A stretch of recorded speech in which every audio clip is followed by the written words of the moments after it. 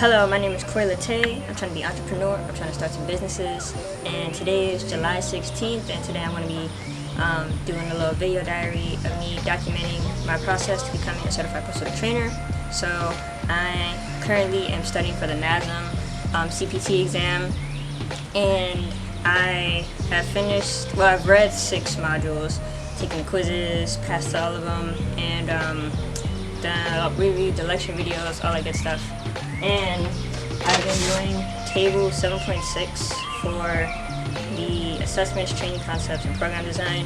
And pretty much this table discusses compensations, muscle imbalances, and corrective strategies. It's pretty much over. It goes over the underactive and overactive muscles and the compensations for that, and the things to look out for. So pretty much you need to understand the view from an anterior and a lateral view. So anterior is front, lateral is from the side. So the anterior checkpoints are for the feet and the knees. For the feet, the compensation, or what happens is the feet turn out. So the probable overactive muscles, so the muscles that are tight, can be the soleus, the lateral gastrocnemius, and the biceps femoris, and the shorthand of that.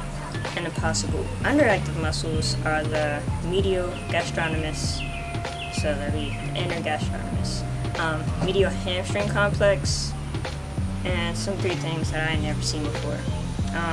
Okay, so how I'm going to understand that is understand that you see the feet turn out, and the muscles that would be tight are the soleus, which goes up the middle of the calf, the lateral gastrocnemius, which is on the outside, kind of, sort of it's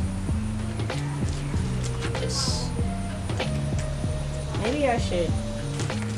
Oh gosh. Alright, so hopefully this isn't the camera. But yes, anterior feet point outward. So possible overactive muscles are the soleus, lateral gastrocnemius, and the biceps femoris. I do not know.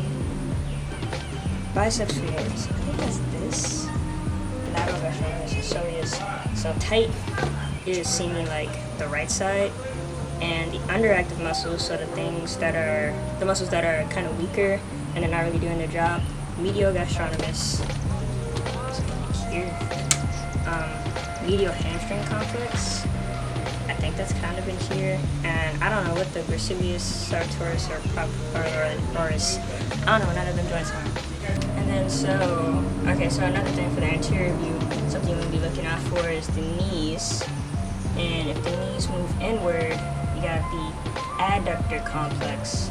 I believe that's on the outside of the thigh. Biceps femoris, this right. I don't know what tensor fascia lati is.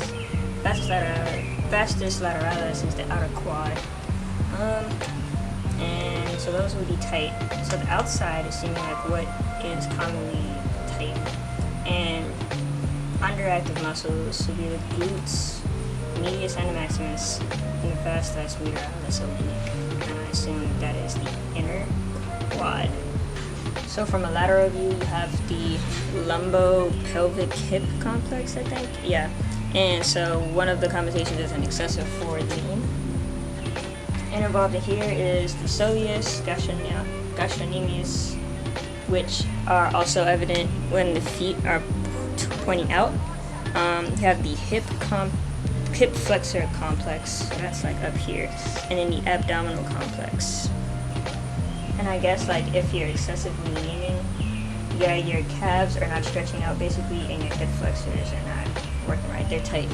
And then the underactive muscles, so the muscles that aren't like really doing their job, are the anterior tibialis. I want to say this is the tibia. So anterior, so the front of the calf, the glutes, and the erector spinae. And then, okay, so also with the lumbopelvic hip complex, from the lateral view, of course, there can be a combination of lower back arches, so hip flexor complex, the erector spinae.